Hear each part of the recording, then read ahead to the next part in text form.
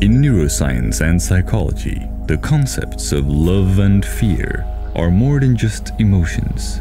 They relate to how the deepest unconscious regions of our brain operate, how the reptilian brain only craves what it lacks and is unaware of what it takes for granted, and how what we believe we lack ends up defining what we love.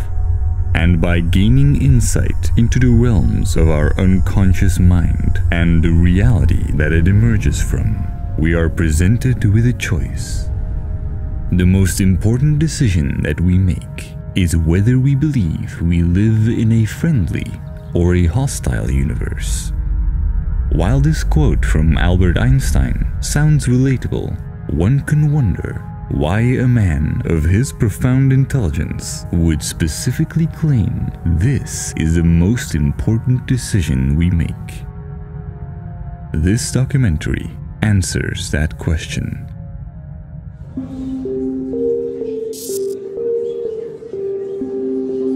Tens of thousands of papers are published each year in the field of neuroscience alone. Our knowledge and understanding of the inner workings of our mind and of our universe is expanding at an astounding rate.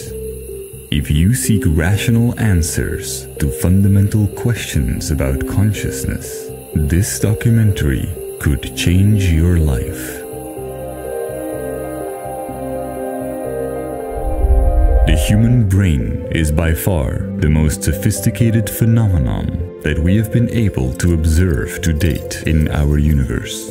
And after decades of neuroscience, we still have endless questions about this mysterious structure that holds as many neurons as there may be stars in our galaxy. Yet we do not have to veer far into hypotheticals or resort to superstition to answer some of our deepest existential questions. One of the most baffling observations has been that some experiments seem to reveal two distinct personalities or streams of consciousness present in our brain, one in each hemisphere, and only one of these two can talk.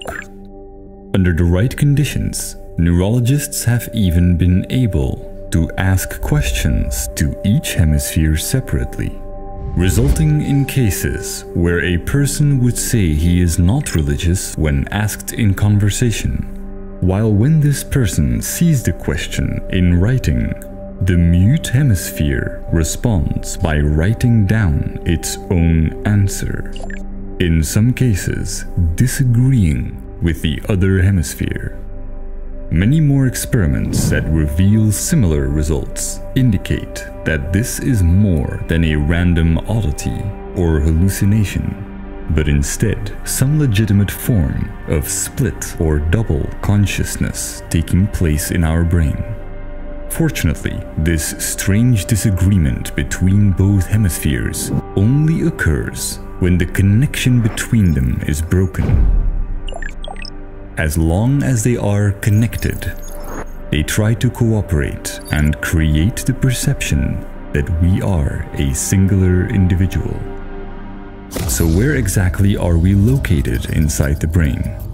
If science can pinpoint those parts of the brain that are largely responsible for language, mathematics, specific primal emotions, and so forth, what does it say about the parts of the brain that make up the core of what we are? Not only have scientists, despite their best efforts, not been able to locate such a region in the brain, but all evidence even points towards this core not existing. It has become more and more clear that in this miniature universe of the brain, roughly 100 billion neurons all act by themselves and communicate with each other, as if the brain is an astonishingly complex vehicle without a driver, a computer without a CPU. In our quest for finding some sort of core of what we are, we could look even deeper and zoom in on the basic building blocks of what our brain is made of. But if we peer into the individual molecules that make up our neurons, our findings become even more counterintuitive. Not only will we not find any mysterious trace of a soul, we will also not bump into any kind of marble-like structures that high school physics taught us are the tiny particles that everything else is made of. You might have heard that roughly 99.9% of all solid matter is nothing but empty space.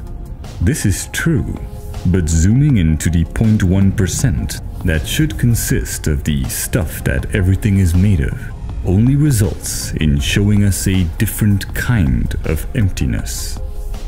The electrons, the quarks, all the fundamental particles are not solid objects. Thinking of them as somehow tiny spheres is a convenient simplification, but this does not represent the fascinating reality of this strange quantum void. The only things that exist here are waves.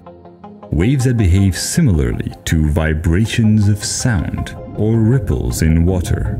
But rather than oscillations of matter, the peaks and valleys of these quantum waves are not made of anything tangible. They are waves of probabilities. Their peaks reveal the areas where there is a high probability of detecting the energy of what we may call an electron. Their valleys indicate that the chances there are much lower.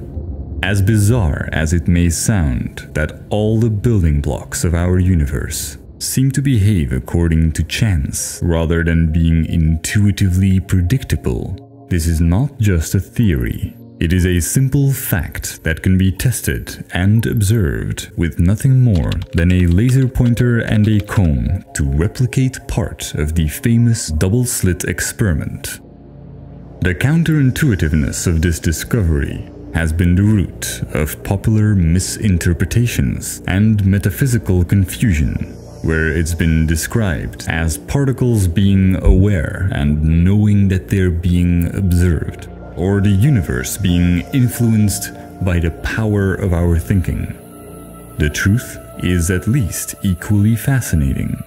The real principle at work is that if we cannot know where a particle is, it exists only as a probability wave that tells us where the particle is more or less likely to be found. And only when we take action to measure where the particle could be, the wave will suddenly cease to exist and the particle reveals itself. The particle has no defined location until we make the measurement. This is why we say that light, for example, is both a wave and a particle. But this quantum weirdness does not just apply to light.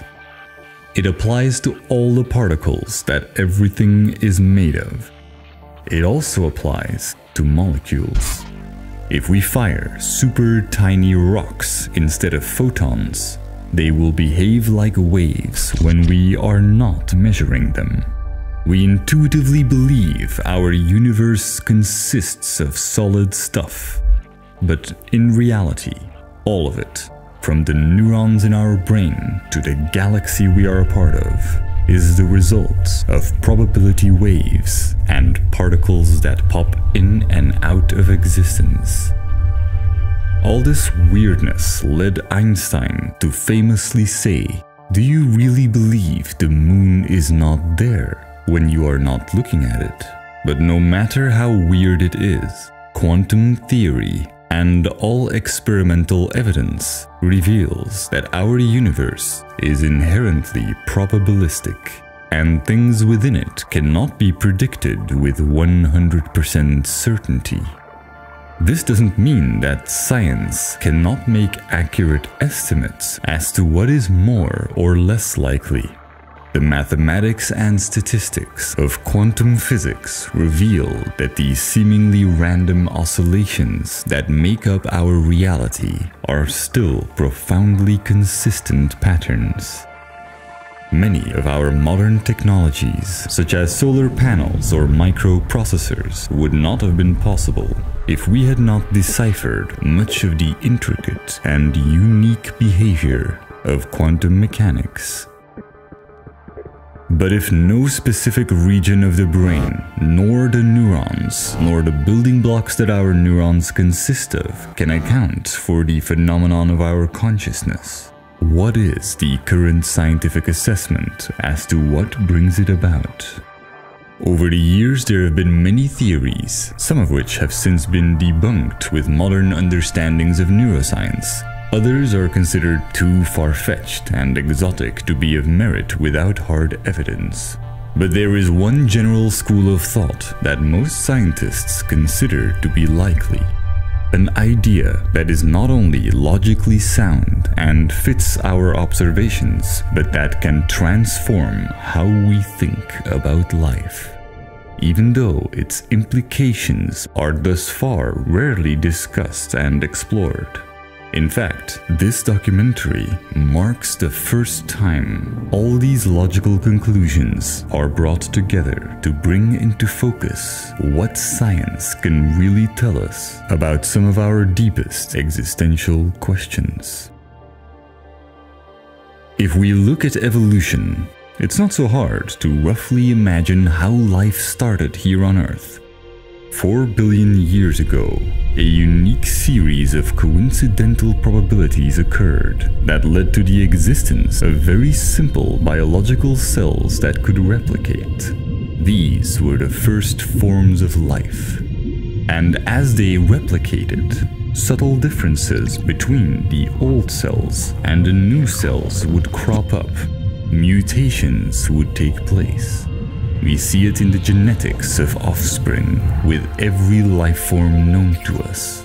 And we can trace it back in the remains and fossils, not just of animals and plants, but sometimes even of bacteria of as far as 3.5 billion years ago. Microscopic crystals and fossils provide us a glimpse of life on Earth before the first plants or even algae emerged. Over billions of years of replicating and mutating, these biological mechanisms found more and more sophisticated ways of growing and spreading. The tiniest initial differences, such as offspring with a coincidental protein molecule that is sensitive to sunlight, would end up with eventually more beneficial mutations over many generations. 4 billion years is a very long time, enough for extremely sophisticated results, such as the human eye, to emerge from origins as simplistic as a single light-sensitive protein molecule. As a result, even our most advanced technologies are often still no match for some of the mechanisms that have taken evolution eons to engineer. But when we begin to contemplate early animal life and observe its beautiful legacy all around us, wherein we constantly recognize parts of our primal selves, it is tempting to wonder why, in the process of evolution, there emerged this phenomenon of consciousness that has bewildered and confounded philosophers and mystics since the dawn of humanity's tribal structures. To approach this scientifically, we cannot allow consciousness' elusive nature to be a reason for giving up on trying to understand it. Because if consciousness is not a magical exception and is rather a direct or indirect consequence of evolution, the scientific conclusion is straightforward. Just like every other feature of the human brain and body, experience or consciousness is a tool that evolution has engineered for us through billions of years of mutations. Conscious forms of life showed a richer capacity for learning and course correcting, so evolution favored this development and nurtured it to a point where we became sentient, self-aware, and capable of interpreting our own evolutionary drives and our purpose in ways that can even go against our own survival if we so choose. So how would science then describe the mechanism of consciousness?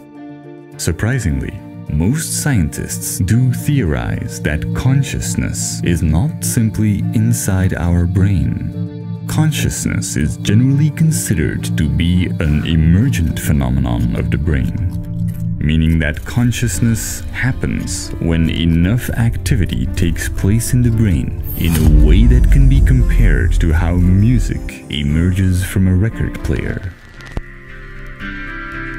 The music is not anywhere to be found inside the record player. Intuitively, we tend to say the music is on the record, but even there, we really only find a circular vinyl disc with peculiar grooves. It does not produce any sound or music at all.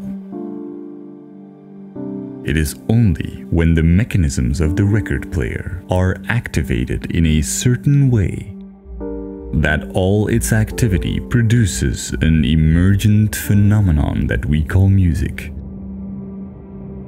Consciousness is somewhat similar. We cannot physically locate it at one point or in one area.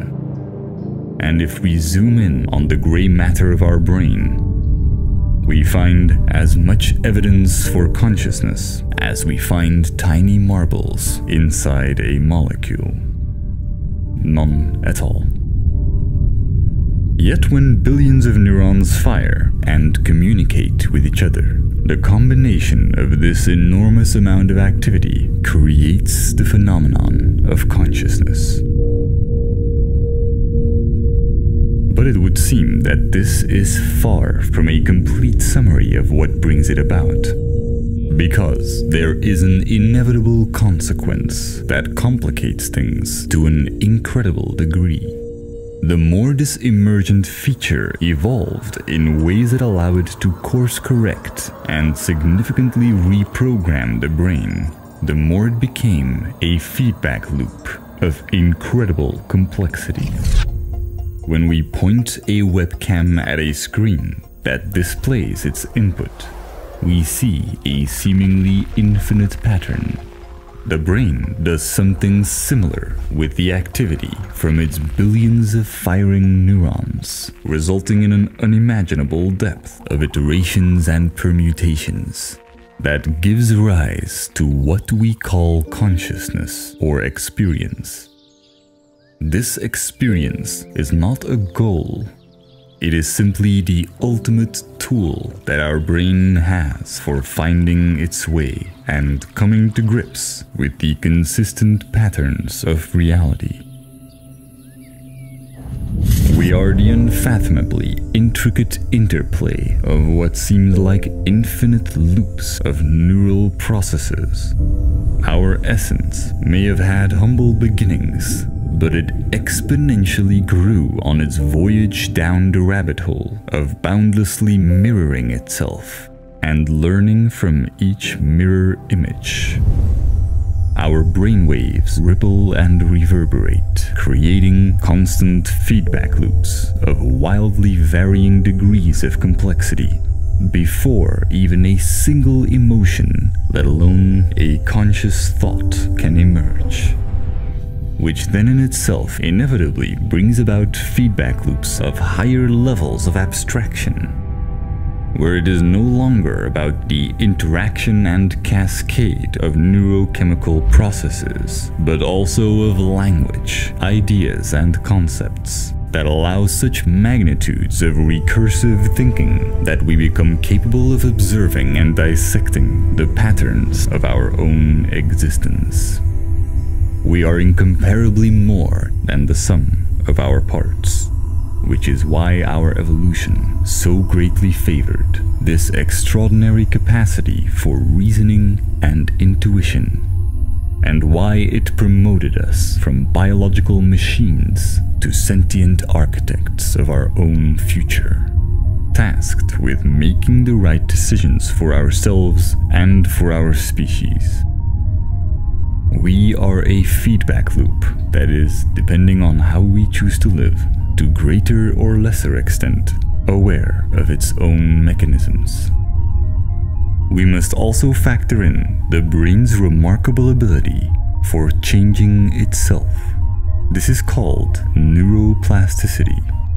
Whatever it is that we are doing at any point in time, we are training our brain to become better at performing those actions, for better or for worse. While more pronounced at early age, neuroplasticity and even neurogenesis, the creation of new brain cells, continues to take place throughout our lives, shaping and reshaping the hardware of our consciousness every step of the way. And while human beings have a remarkable capacity for rationality, enabling us to fly rockets to the moon and build incredible machinery that allows us to dissect the fabric of the universe, we are also very emotional creatures.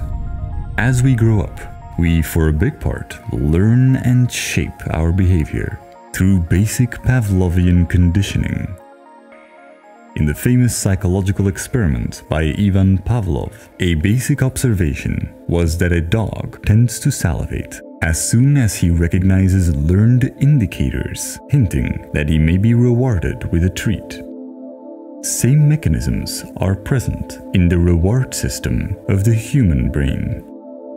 As children, we innocently want to understand the world. But if trying to understand things is not rewarding enough, our brain adopts other strategies.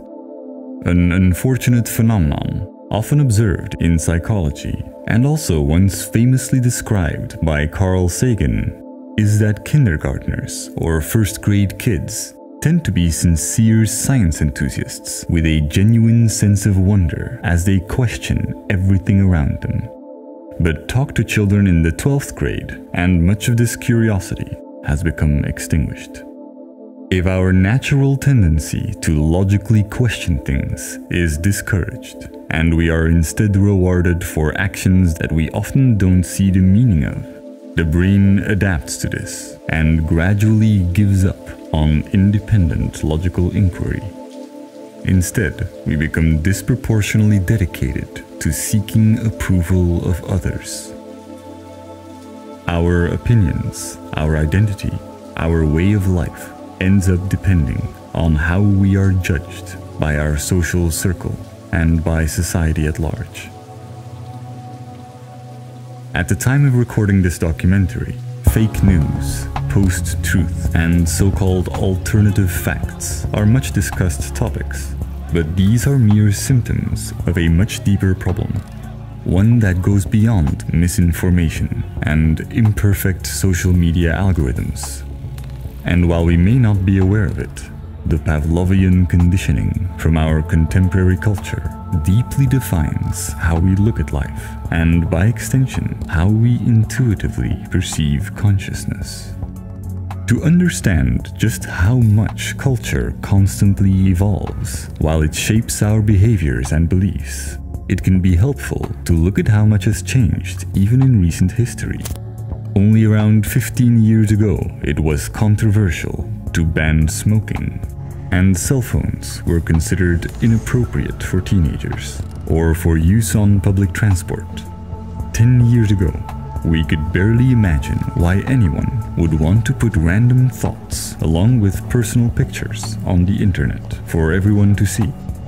Now just about everyone, including parents and grandparents, have active Facebook accounts.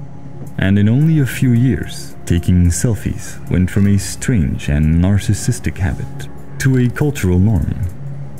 Keeping this in mind may then make it less surprising when we consider that up until around 300 years back, people would brand a great deal of our most commonplace routines as selfish, decadent, and morally corrupt.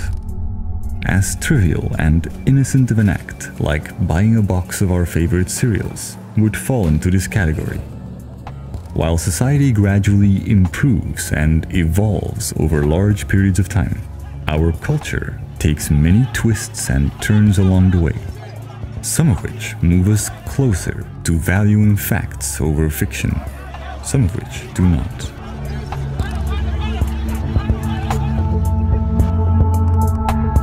Nevertheless, our conditioning lays much of the groundwork for the operating system of our brain. In a constellation of brain regions known as the default mode network, information is constantly being processed, even when we are seemingly at rest. This is partially why social conditioning can have a profound impact on us while we are unaware of it. Our current mainstream culture is generally defined as individualism, which finds its origins in the Industrial Revolution not long ago. And just as in previous eras, we go as far as to sometimes rewrite history to fit our current narrative. And we repurpose ancient sayings such as carpe diem to support our beliefs. The complete sentence of the old Latin poem roughly translates to do what you can today to make tomorrow better, and it had no connection with indulging in personal desires. While our scientific progress can tell us a lot about the brain and even to significant extent about consciousness, our culture is currently not so much geared towards trying to understand what we are. It is instead more focused on celebrating the pursuit of fashionable personal interests, ranging from material possessions to impressing our social circle, from momentary thrills to romantic adventures. The individual's desire and its freedom to pursue it is currently our most cherished ideal. Many aspects of our society, most of all our economy, rely on our pursuit of these popularized objectives.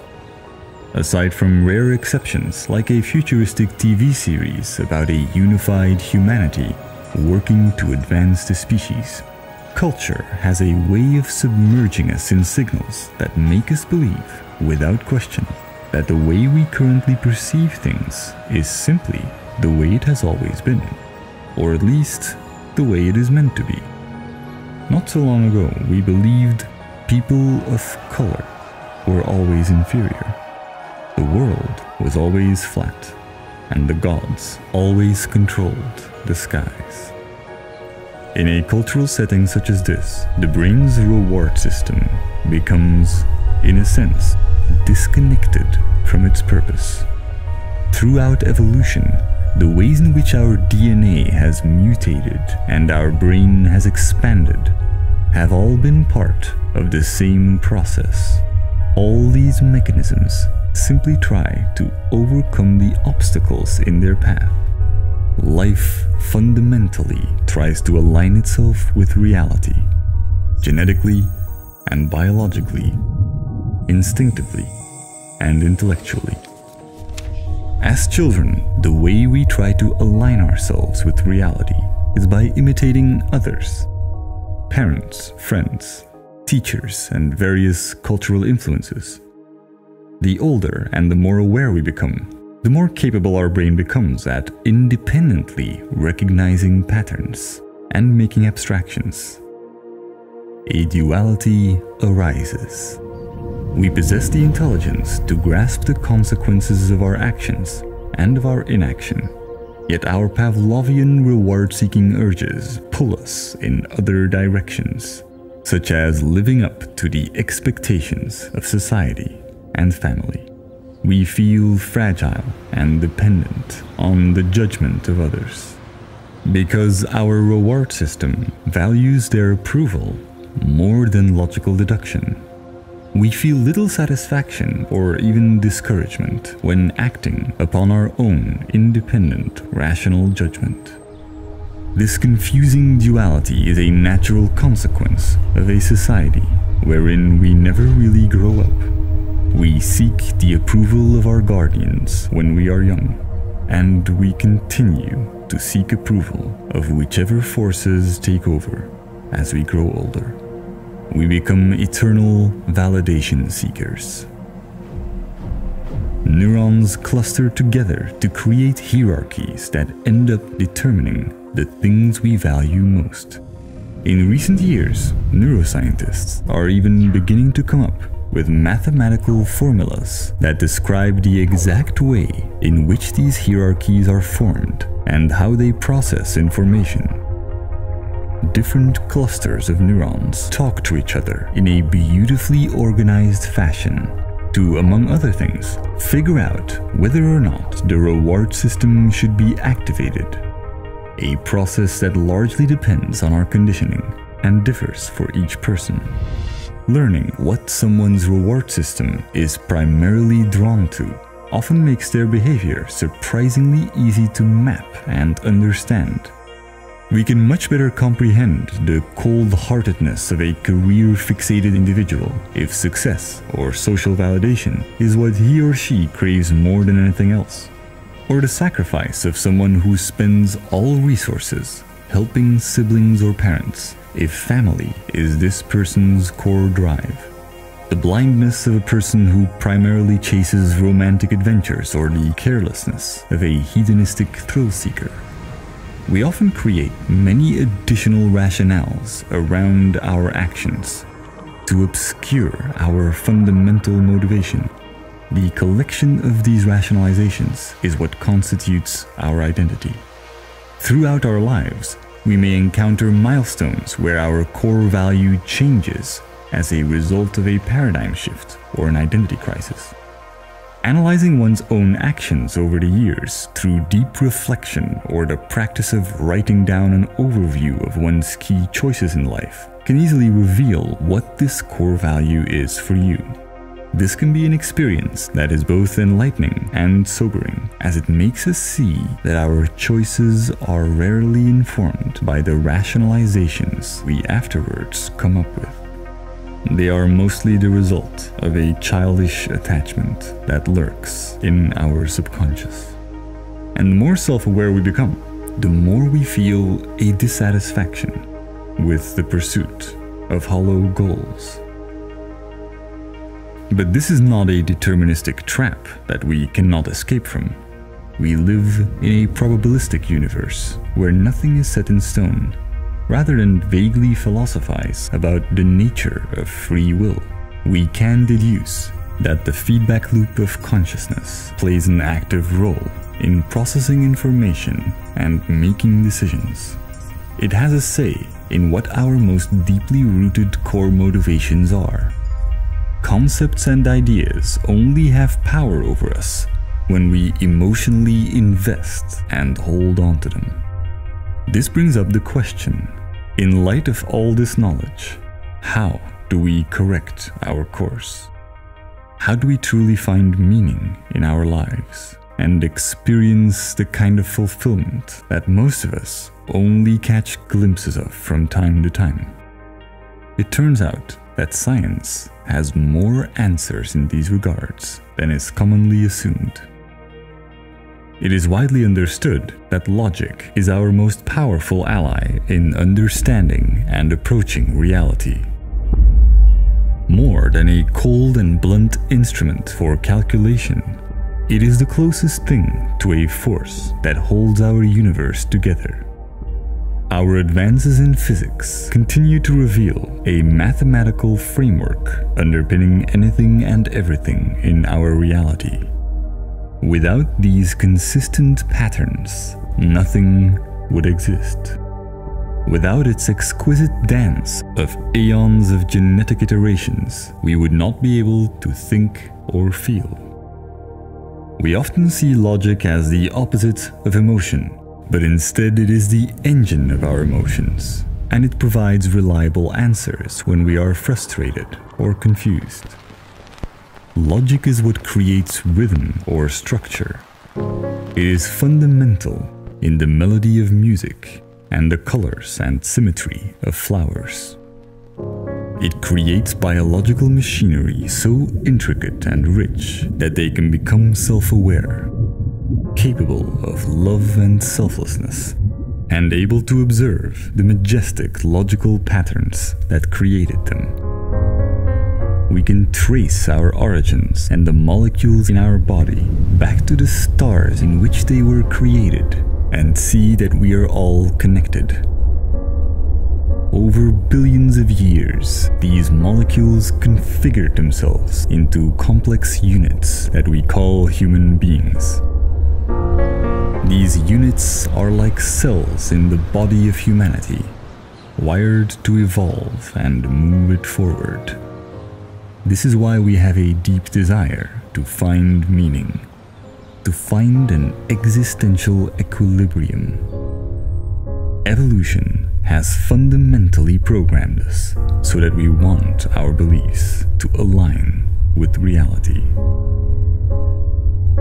Logic is, in a sense, the prime directive of our consciousness. We must value it as such if we want to break free from the clutches of hollow reward mechanisms.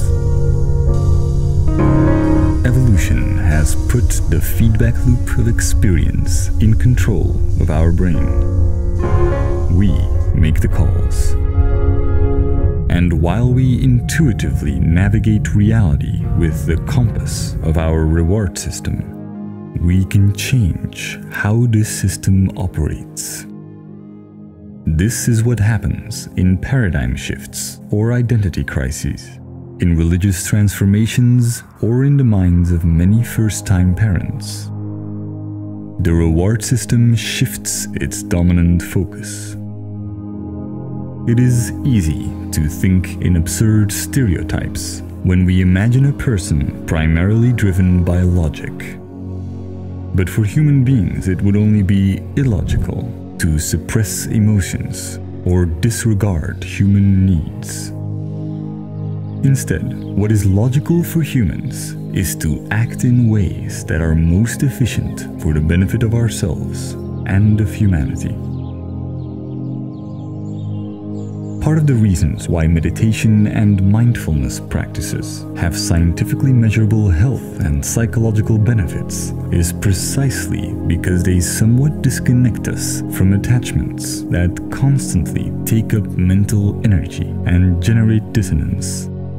They also shift the brain's activity from its default mode network to what is called the task-positive network, and it allows us to more easily be selfless, clear-headed, and focused. The simple act of intently putting focus on our breathing throughout the day is enough to make this happen.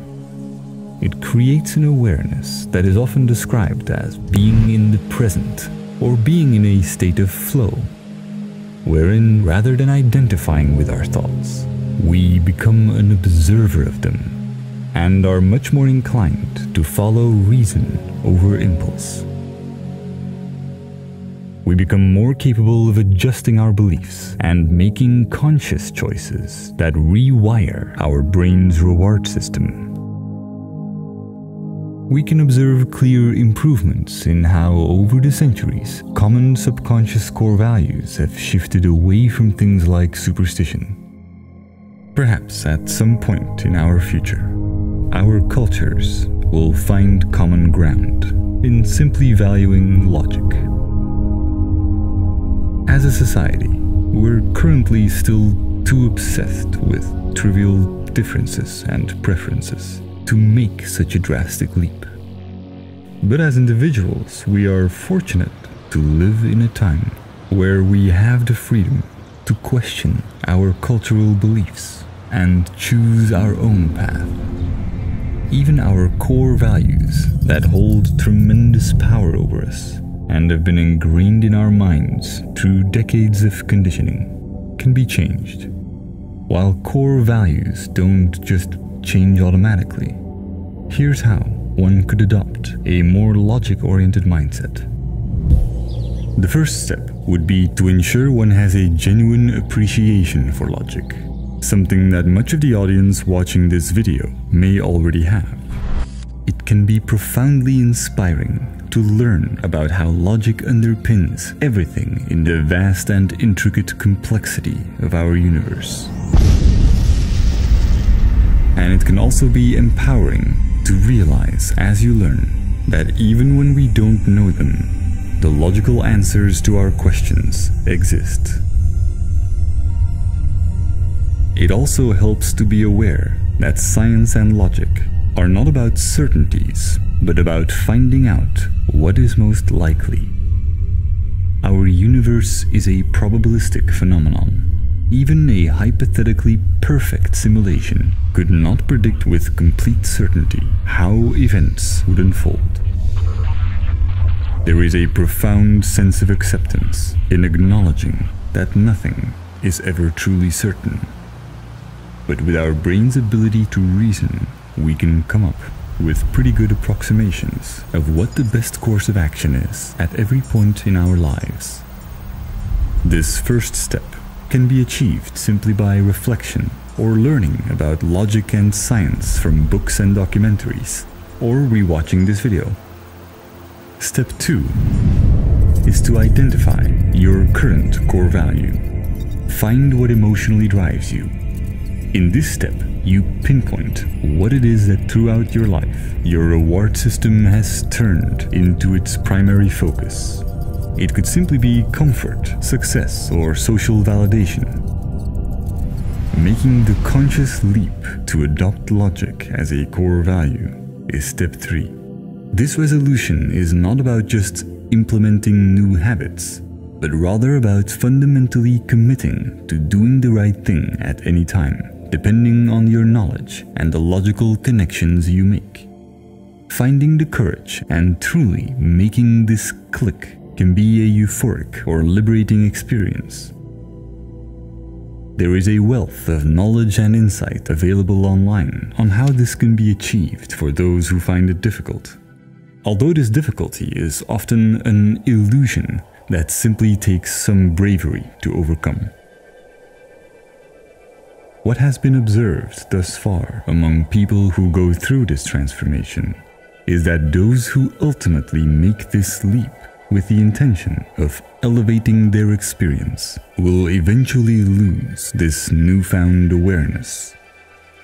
This is not due to a lack of discipline, but rather due to a fundamental misunderstanding regarding consciousness that we are deeply conditioned with.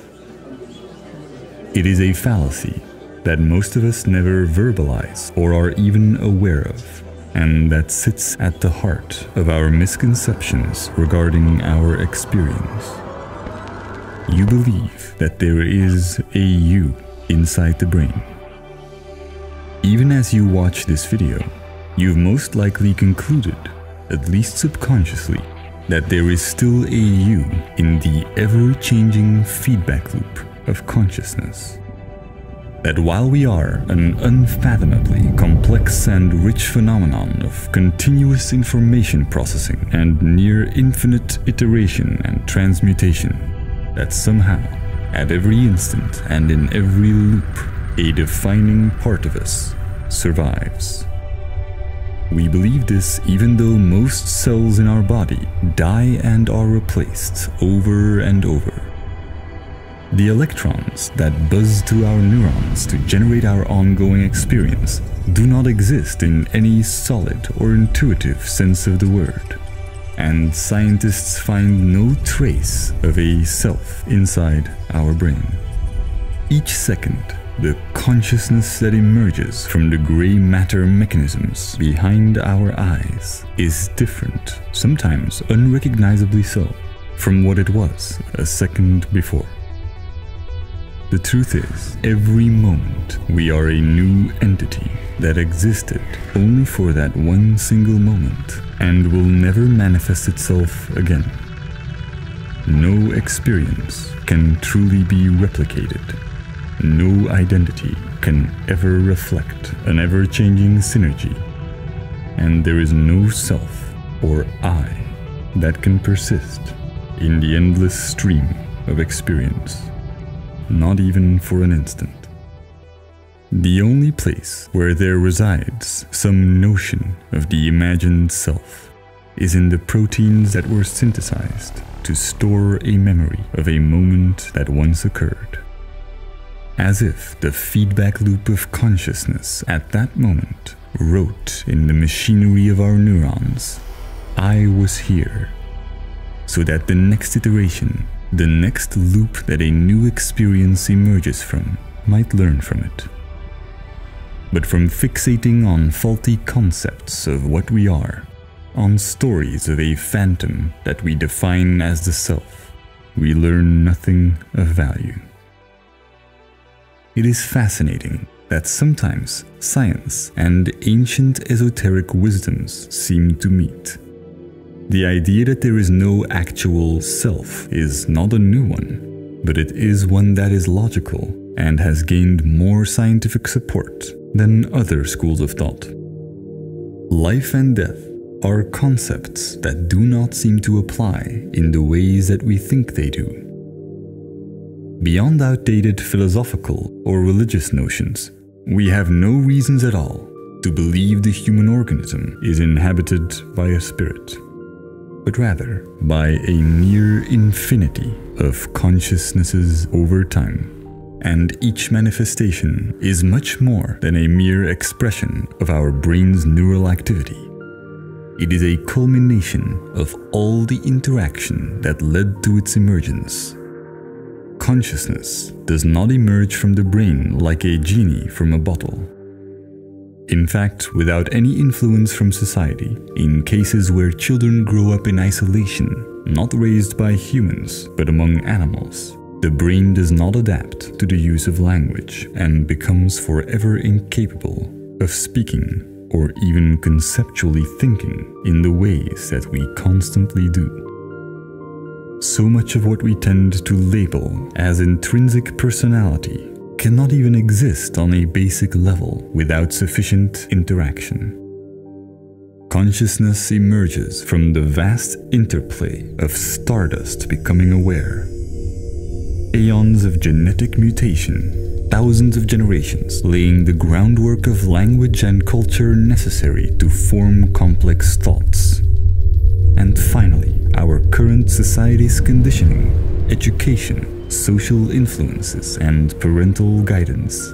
All elements combine to generate electrochemical fireworks inside our neurons, to eventually create these instances of experience. All of it is interconnected. There are no limits or borders in what is a part of our existence. Nothing is external.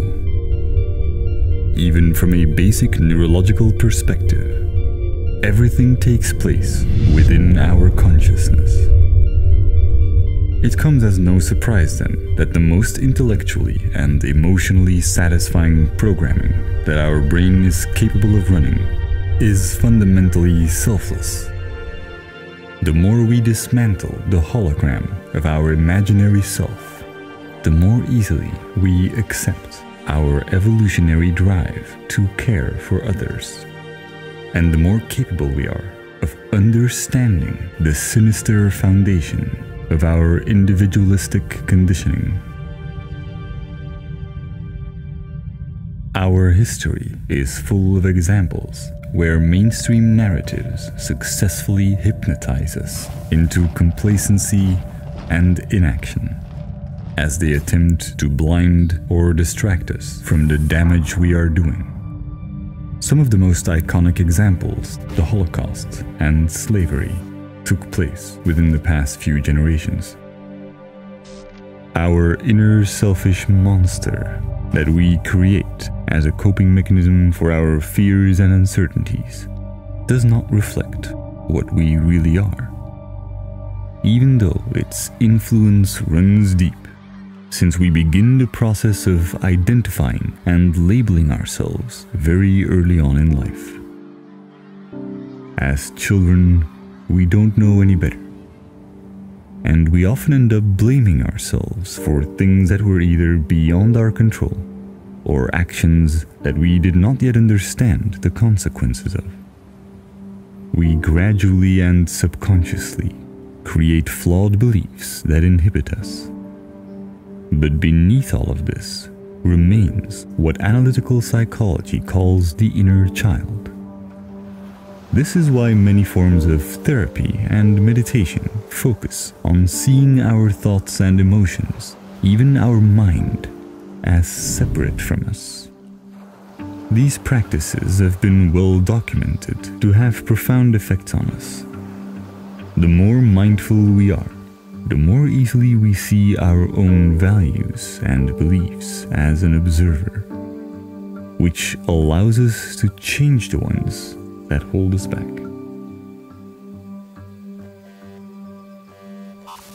We are continuously flooded by subtle and less subtle indicators that signal our subconsciousness and strengthen our belief that our experience is what matters most. We celebrate kindness and generosity strictly within specific cultural confines, where the narrative is usually as follows. Human beings might be inherently selfish, but since doing good feels good, we are not so bad after all.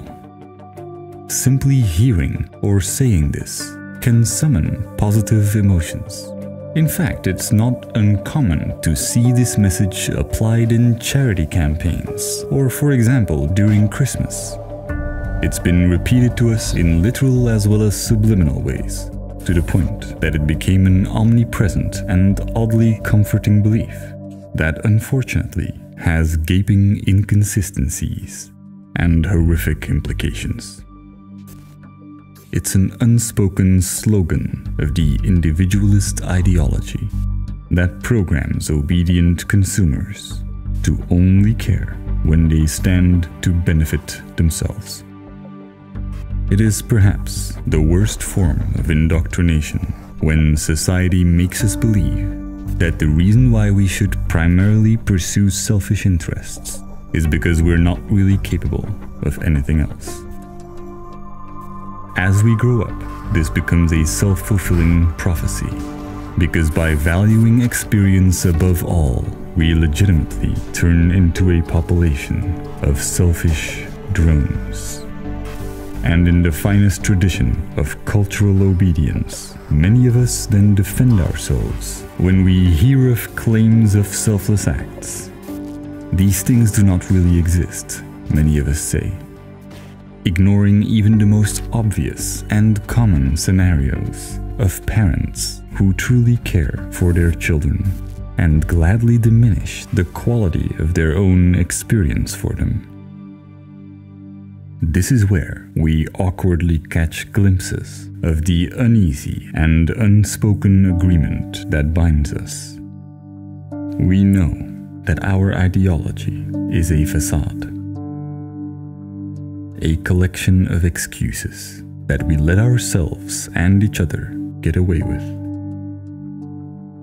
The 1% may benefit the most, but the greatest conspiracy of modern civilization does not come from the top.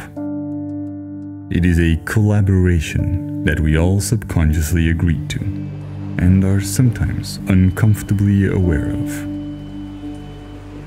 In this ecosystem, the rare exceptions of those who at some point truly value something more than experience easily end up conflicted. For a while, they may feel driven to fight for a cause or sacrifice their luxuries for a noble objective. But as soon as they somewhat ponder their actions within a greater context, the compass of their intuition fails to come up with convincing answers as to whether they are truly doing what is right, making their endeavor unsustainable. We fall back on excuses that are so commonly accepted, we almost fully believe we should indeed trust and value our experience above all else. This makes us deeply vulnerable to all kinds of manipulation. Governments and corporations can dictate our behavior without advanced strategies or conspiracies. Politicians can scare us with insultingly inaccurate claims, and we will happily consume poisonous substances if presented along with imagery of laughter and joy, preferably from celebrities. Our indoctrination has made us pampered and passive. With this broken compass, we find ourselves somewhat puzzled when we reflect upon historical horrors like the Holocaust. Why did so few of the guards who witnessed the atrocities of concentration camps do something? How come they blindly obeyed orders and murdered millions, either by pulling the trigger or simply assisting, making them guilty of the atrocities that were committed? Indoctrination can make us ignorant, and the sleep of reason can produce monsters. But we are not children anymore. As adults, we are perfectly aware, sometimes painfully so, that actions have consequences. Therefore, when we consider an individual who willingly keeps someone in a dungeon to die of starvation, we universally consider it wrong or evil. But when we become aware of the death and suffering that's been locked away in our own dungeon of ignorance, we ourselves become evil if we do not take action. In a world with a continuous stream of tragic events that we can easily influence, wherein we no longer need to risk our lives in order to make a difference, our inaction kills on a daily basis, while we mentally recite to ourselves the mantras we've been taught. There's not much we can do. We are not responsible.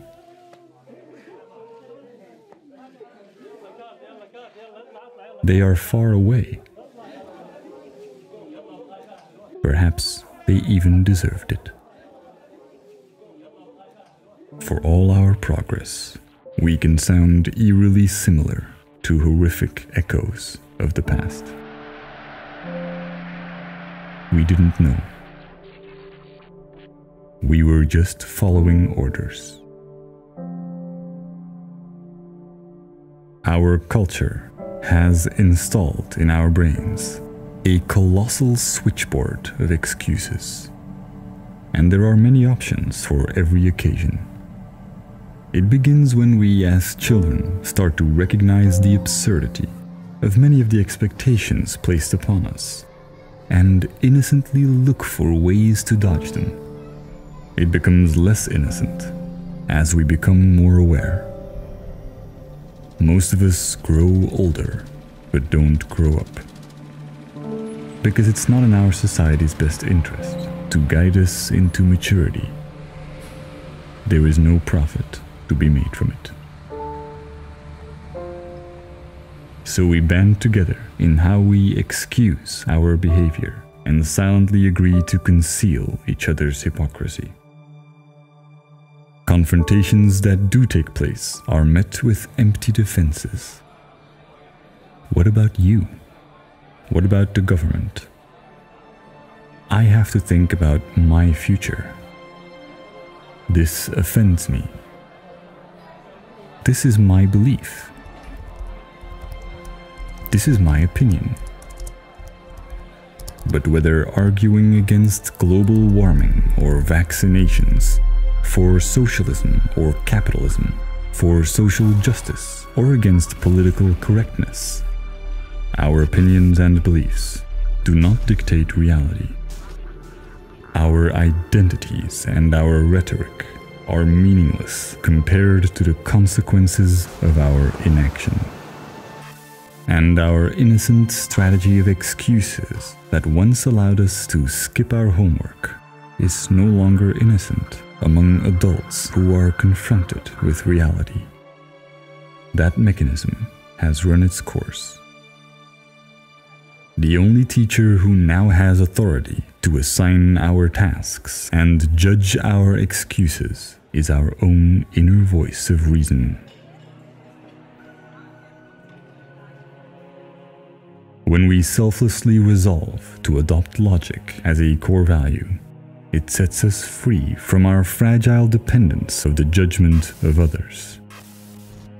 Responsibility is simply a principle of acting in line with our ever-expanding knowledge and rationality. It does not depend on intersubjectivity. It is not dictated by our culture, our social circle, or politicians, nor is it dependent on our fabricated freedom of choice.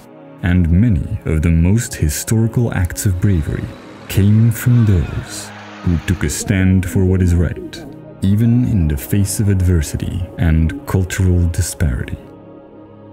Such a profoundly selfless resolution can seem scary, as it threatens all the conditioned attachments that emerge in a culture where enjoyable feelings are considered the ultimate goal. But it leads to far more fulfillment than chasing our positive emotions like a carrot on a stick, as our ideology demands. In cases of drug addiction, usually only those who feel they have little else to live for become dependent on addictive substances. We've been led to believe the lie that the meaning of life is to chase the carrot of good emotions. But even with only our intuition, we feel that this endless chase doesn't make much sense. The payoff is never great enough. And those who choose to believe in a more selfless and logical objective, ironically, tend to experience much more fulfillment in their lives. It's a principle that has inspired ancient spiritual concepts such as karma or heaven and hell. Those who care most about their own indulgences end up haunted or tormented by their own self-interest. But in modern cognitive psychology, it is not just an esoteric idea. There is a huge range of academic research and literature on the subject, usually described in terms of the scarcity mindset and its opposite, the abundance mindset. The brain operates in a mode of scarcity when we feel that there are things we lack. This is perhaps one of our brain's most ancient survival mechanisms.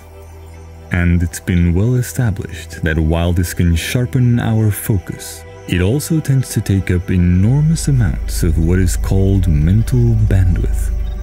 It hijacks our brain. It literally makes us less intelligent, more self-centered, and even drops our IQ. And every day, we are exposed to a near infinite array of societal impulses that are designed to lock us into this mental state. From a very young age onwards, we are deeply programmed with a set of requirements that must be fulfilled in order for us to experience abundance. Requirements that are often so elusive that we become mostly entrapped in the scarcity mindset. But as soon as we see through this, which can be achieved in many ways, we are able to distinguish truth from indoctrination, to dispel our confusion and dissolve our apathy.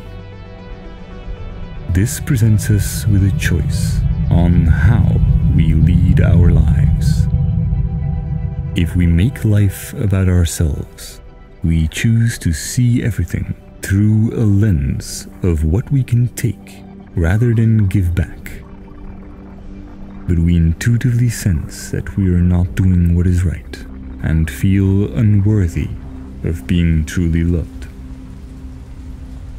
And we either attempt to make peace with this, or we succumb to insecurity and prefer to obfuscate the truth.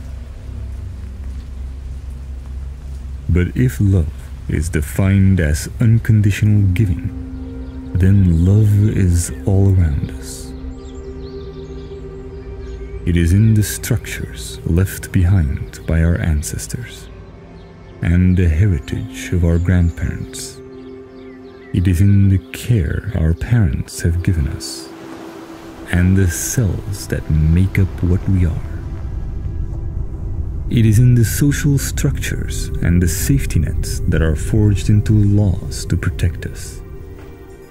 It's in the sun that shines and the infinite beauty that includes us. If we choose to be what we are and see our life for what it truly is, then we realize it's about much more than just us. It's about caring and doing what is right, about giving back and using our understanding to combat ignorance.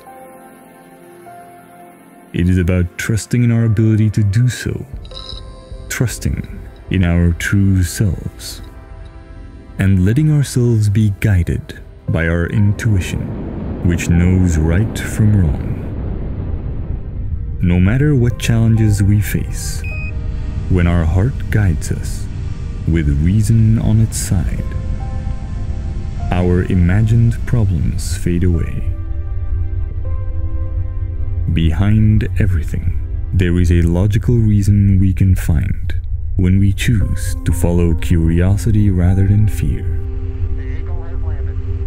We don't have to feel regret or guilt when we know our intentions are pure and we did the best we could at the time with the knowledge that we had. But it begins with a choice.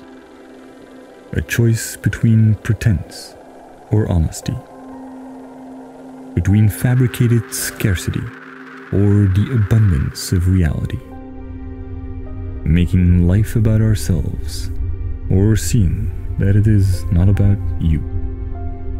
A choice that is yours to make.